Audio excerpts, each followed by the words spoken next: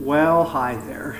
I'm Jim Miller. I'm your instructor for the Biblical Communication and Ministry class, and I feel like the need to take a moment to invite you into the inner sanctum, kind of pull the curtain back from Oz, and so I don't want you to ignore the man behind the curtain. Okay, I need to talk to you a little bit about what's going to come up over the next 4 weeks of class, our last half of class. It's been a great class so far. You guys have really been great in the discussion forums. Your papers have been good. I've really enjoyed the interaction and your willingness to push back on me a little bit. That's always a good thing. But we're going to enter into another portion of the class right now. Over the next 4 weeks, we're going to deal with the same theme over the next 4 weeks in preparing and delivering a sermon. I think this is a fascinating time in this class. This is the part of this class that I like the most. Of course, I've been a preacher for 35 years, and that has, this burns in my heart kind of thing. It's kind of what I'm created to do, is to preach and teach, and so I really have a desire to help you think through this whole concept that we're going to work on over the next 4 weeks, and see if you don't find it to be as compelling as I do. So this week you've got an assignment on Bible study and how to run a small group Bible study, and I'm really into that as well. Small groups are my thing. I pastor a house church, so we are really are a small group, and group dynamics and relationships and all of that, I think, is really important in the church. I think it is. I think this is where the church really happens. That's not really what I want to talk about to you here today, though.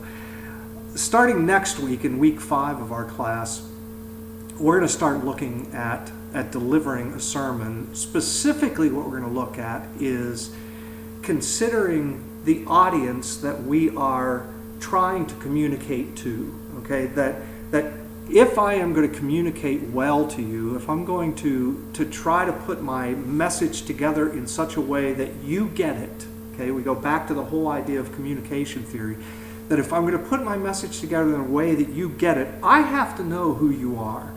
I have to know the kind of people that you are, what your interests are, the backgrounds, the culture that you live in. And we see this when we look at biblical interpretation. This is something we deal with all the time. We look at both the writer, who he was, and the kind of culture that he lived in, and then what he did in order to try to communicate to the culture that he was living in. You look in the book of Acts, and you compare 2 sermons there. Peter, in Acts chapter 2 at Pentecost, he delivers a sermon to the predominantly Jewish audience that is surrounding him, and what he does is he traces Jewish history and lays all of that out, and how God worked in Jewish history, and comes right down then to Jesus, and he says, this Jesus is the fulfillment of all of this stuff that happened in our past. And so he speaks to this Jewish audience in a way that the Jewish audience is going to get.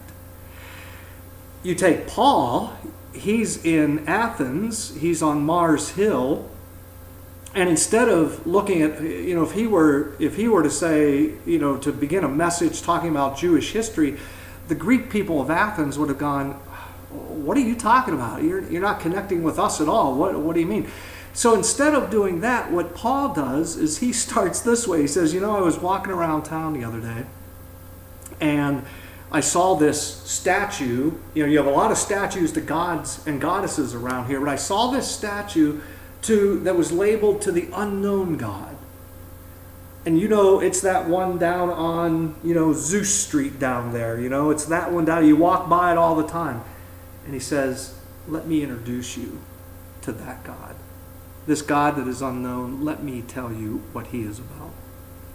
So what we see there is speakers taking the message that they have about Jesus and packaging them in such a way so that their audiences get it. Okay? So what that requires of us is to know our audience well, and to know the kinds of language, the kinds of illustrations, whether they're young people, old people. We need to understand how to put our message together in such a way that they're going to get it. So next week's assignment, there are 2 assignments in week 5. One of them is there's an audience analysis worksheet that you're going to fill out, okay?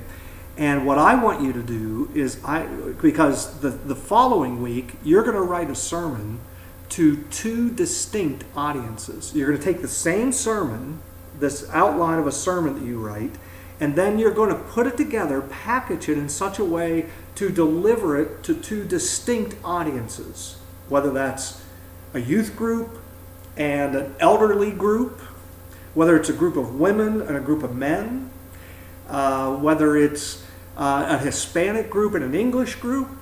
You're going to take that message that you prepare and you're going to deliver it to 2 distinct audiences. So next week, what I want you to do in that audience analysis worksheet is I want you to determine what 2 groups you are going to speak to and make them really distinct so that you can, don't make it adults of 30 to 35 and adults of 35 to 40. That really isn't going to provide you enough distinction. Make it kids to adults or that kind of thing. And then do and work through that worksheet for both of those audiences. You're going to do it twice, okay? And then the second assignment that you have next week is to actually write a short essay about the kinds of things that you will consider when you are, what is it important to consider when I'm delivering a message to someone? If I'm speaking to youth, what are the kinds of things that I have to consider? Well, I have to consider the way that I dress. I have to consider the setting, the kind of setting that we're in. I have to consider whether I'm going to use technology in it, because they're very, what kind of illustrations am I going to use? I'm going to try to pick illustrations from things that they understand and that they do, okay, that it's going to relate to them. My language is going to change a little bit. I'm going to be maybe, I always say that my kids are teaching me to be hipster, so I'll be a little more hipster in the way that I talk. I'll try to use language that they understand. I don't want to be ingenuine, but I do want to communicate to them.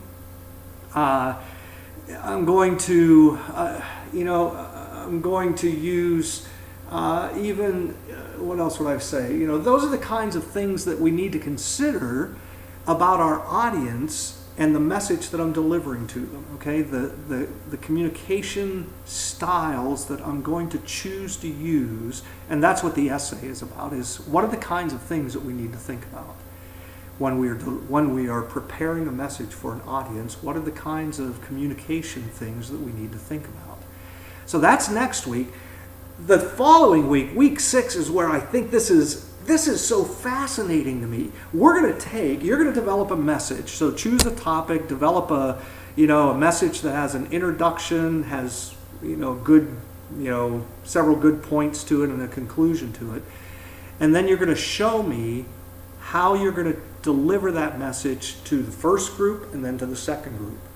And what's going to change in those 2 things? If I'm speaking to, let's say I'm speaking to a group of kids, of teens, and I got this message, my introduction might include a video clip, and I know we've had a lot of discussion on that, but a video clip from say Star Wars that they would connect with, they would get, that it would grab their attention, it would draw them into the message that it is I want to deliver to them. But if it's an elderly group, well, I'm not so sure that that's the best kind of introduction to use for them. Maybe I'll choose something from that would connect with them from the time period that they grew up in. Maybe a song by Elvis or something like that would connect with them, and I would play that, and they would that it would draw them in. I want to consider these 2 audiences, and how am I going to deliver this message? What's going to change from the youth to the elderly? How's my language going to change? How is my dress going to change? I I might wear my toms for the kids. I might wear a suit to speak to the elderly, because of the kinds of expectations that they have. Those are the kinds of things. And I think this is fascinating. I think this is a really cool exercise to get us to thinking about how am I going to adapt what it is I have to say in order for these people to understand it. This is such a vital part of communication, isn't it? I mean, let's say, when I was dating my wife, let's say that she was from Italy. And I wanted to communicate to her how much I loved her, okay? And I really wanted to get to know her. I could, if I chose to continue to speak English to her and she didn't understand English, what am I going to do in order to understand that the message that I want to get across to her, hey, I'm interested in you, I want to go out with you, I want to get to know you better, or, I think I'm falling in love with you. Well, what am I going to do if I want to communicate those things to her? Well, I'm going to learn Italian, right? I'm going to learn how to communicate best to her, because I don't want to just think that communication is happening. I want to know that I'm getting across to her. I want her to be able to feed back to me what it is that she's understanding about me. So I'm going to find the way to communicate best to her what it is that I'm feeling and what it is that I desire. If you've seen the love languages thing, that's what that whole thing is based on. We've got 5 love languages that we communicate in. And I've got to know, my wife's love languages are quality time and supportive words, encouraging words. So if I know that about her, I can express love in a way that she gets it.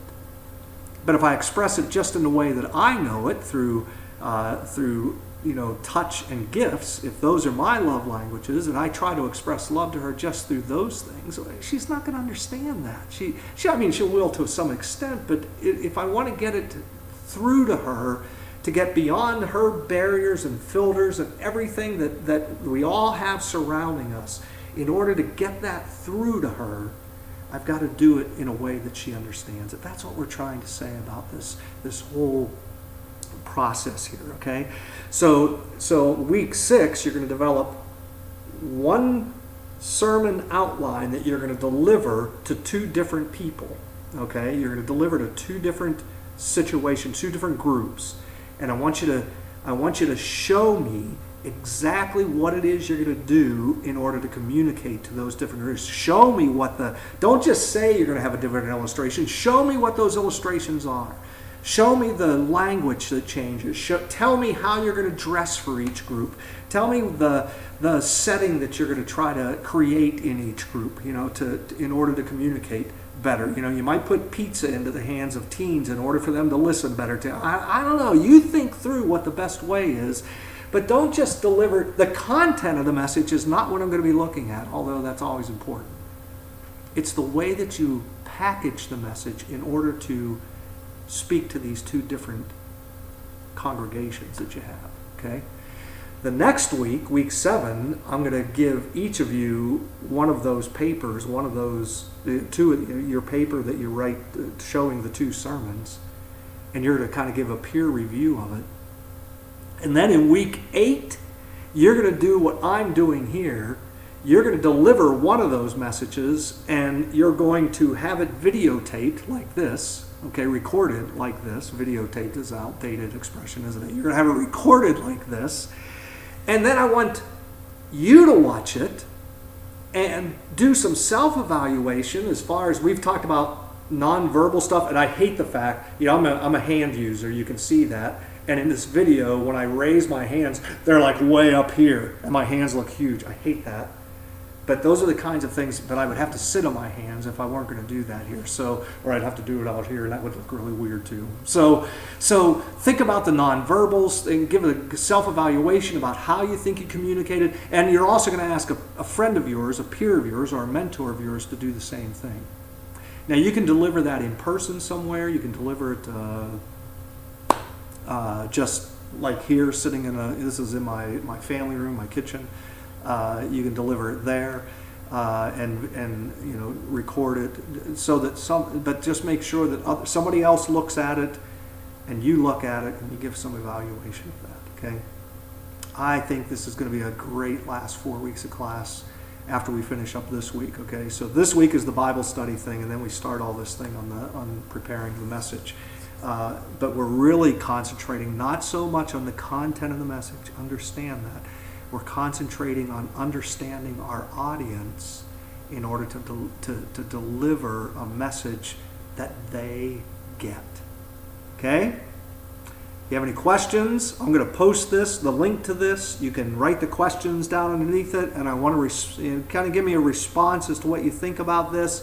I like the idea of just kind of breaking this wall down a little bit. Now you get to see what I look like a little bit, and we can go from there then in our work over the next 4 weeks. Okay. All right, guys. I've really enjoyed the time with you. This has been a great class, and looking forward to wrapping it up.